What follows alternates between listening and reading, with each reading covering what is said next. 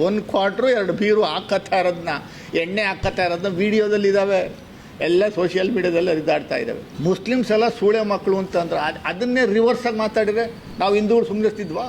ಅವಳು ಯಾರೋ ಒಬ್ಳು ಹುಡುಗಿ ಜ್ಯೋತಿ ಅನ್ನೋಳು, ಅವ ಹಿನ್ನೆಲೆ ಏನು, ಯಾರ ಹುಡುಗಿ?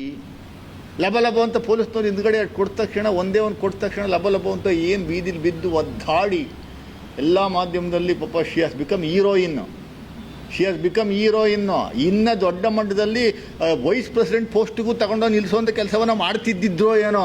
ಅವಳದು ಹಿನ್ನೆಲೆ ಅವಳು ಫೇಸ್ಬುಕ್ಕಲ್ಲಿ ಹಾಕ್ಕೊಂಡಿದ್ಲಲ್ಲ, ಅವಳು ಕತೆ ಇನ್ಸ್ಟಾಗ್ರಾಮಲ್ಲಿ ಅವಳು ಕತೆ ಏನು ಅಂತ ಹಾಕ್ಕೊಂಡಿದ್ಲಲ್ಲ, ಬೈಕ್ಕೊಂಡು ಹೋಗ್ತಾವಳಲ್ಲ ಅಲ್ಲಿ ಸ್ಟ್ರೈಕಲ್ಲಿ.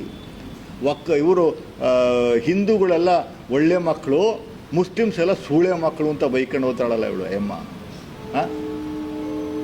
ಅದು ಇದರಲ್ಲಿ ವಿಡಿಯೋ ಮಾಡಿ ಚಿತ್ರಣ, ಅದು ಮುಸ್ಲಿಮ್ ಜಾಗಕ್ಕೆ ಹೋಗಿ ಮುಸ್ಲಿಮ್ಸ್ ಎಲ್ಲ ಸೂಳೆ ಮಕ್ಕಳು ಅಂತಂದ್ರೆ ಅದನ್ನೇ ರಿವರ್ಸಾಗಿ ಮಾತಾಡಿದರೆ ನಾವು ಹಿಂದೂಗಳು ಸುಮ್ಮನಿರ್ತಿದ್ವಾ ಹಿಂದೂಗಳು? ಅದೇನಾದರೂ ಉಲ್ಟಾ ಮಾತಾಡಿದ್ದಿದ್ರೆ ದಯಮಾಡಿ ಹೇಳಿ. ಅವಳು ನೈಟ್ ಲೈಫ್ ಏನು, ಅವಳೇ ಹಾಕ್ಕೊಂಡವಳೆ.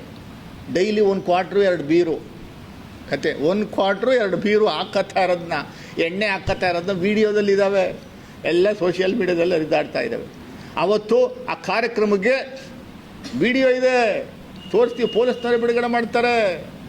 ಸುಮಾರು 5,000 ಒಲ್ಲೆಗಳನ್ನ ತಗೊಂಬಂದು ಪ್ರತಿಯೊಬ್ಬರಿಗೂ ಒಲ್ಲೆ ಹಾಕೋದು 1 ಕ್ವಾರ್ಟ್ರು 1 ಬಾಟ್ಲು ಬೀರು 1 ಬಿರಿಯಾನಿ ಕೊಟ್ಟು ಕಳಿಸುವಂಥ ಕೆಲಸ. ಗಣೇಶ ವಿಸರ್ಜನೆಗೆ ಹಿಂದೂಗಳು ದೇವ್ರ ಬಗ್ಗೆ ಬಹಳ ಕಾಳಜಿ ಇರುವಂಥವ್ರು ಯಾರು? BJPಯವರು ಹಿಂದೂನ ಗುತ್ತಿಗೆ ತಗೊಂಡ್ಬಿಟ್ಟವ್ರೆ, ಹಿಂದೂ ಧರ್ಮವನ್ನು ಗುತ್ತಿಗೆ ತಗೊಂಡಿದ್ದಾರೆ, ಗಣೇಶನ್ನು ಗುತ್ತಿಗೆ ತಗೊಂಡ್ಬಿಟ್ಟಿದ್ದಾರೆ. ಗಣೇಶ ಕಿರುಕುಳ ತಡೆಯೋಕ್ಕಾಗದೆ ಗಣೇಶ ಓಡೋಗುವಂಥ ಪರಿಸ್ಥಿತಿ ಬಂದ್ಬಿಟ್ಟಿದೆ. ಇದು ರೈಟ್ ನ್ಯೂಸ್.